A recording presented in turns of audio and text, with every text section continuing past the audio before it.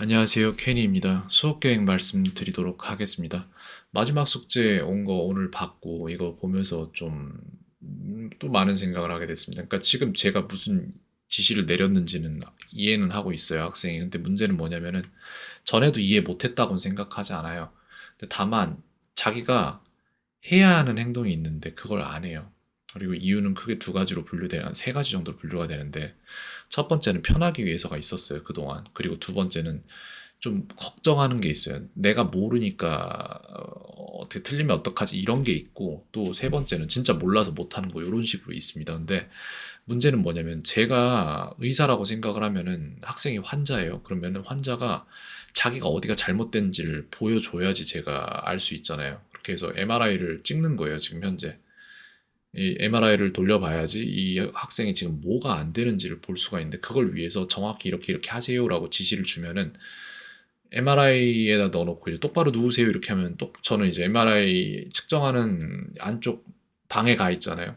근데 학생이 안 누워 있어요. MRI에 안 들어가 있을 때도 있고, MRI에서 막 이렇게 뛰어놀고 있을 때도 있고, 막 이런 식이니까 이런 게 일주일이 지속돼 버리고 막 이런 식인 거예요. 그러니까 뭘 제가 보려면은 정확히 지시한 대로만 하면 되는데 안 해요, 그거를.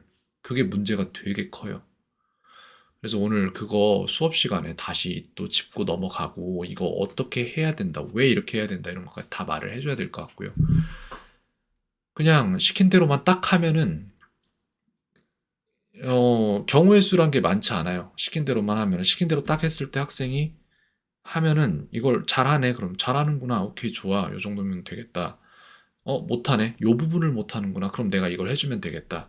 요런 게 있고, 또 내지는 아예 못하네. 그러면은, 아예 못하면은 이 문제가 있는데, 그럼 여기서부터 이것도 잡아주고, 저것도 잡아주고, 저것도 잡아줘야겠다고, 카드를 여러 장을 이해 가능한 영역에서 그 정도 범위 내에서 이렇게 만들어낸단 말이에요. 맞춤 카드를.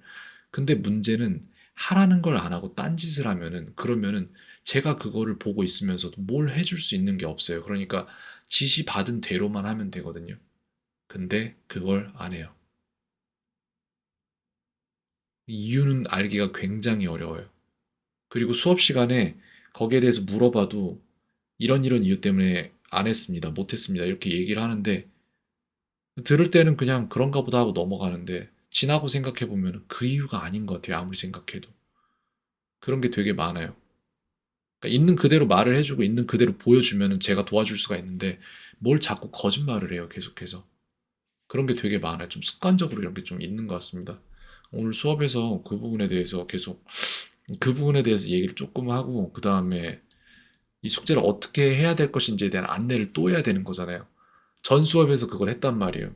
그리고 그 수업 영상도 아이가 볼 수 있는 곳에 항상 놓여 있기 때문에, 예, 그렇구나, 이렇게 하는 거구나, 라는 걸 보고 하면 되는데, 안 해요. 오늘은 또 어떻게 될지 모르겠습니다. 근데 해줄 수 있는 게 이게 현재 최선이에요. 이게 정확히 진행되도록 해야지 파닉스도 잡고, 단어의 뜻도 잡고, 그 단어로 문장을 하는 영작도 잡고, 그리고 나아가서 이런 것들이 카드화되면서 아이가 그 문장을 머리에서 입의 방향으로 출력하는 그런 훈련도 돼요. 그 네 가지를 전부 다 커버하는 숙제를 만들어서 하세요라고 했는데 안 해요.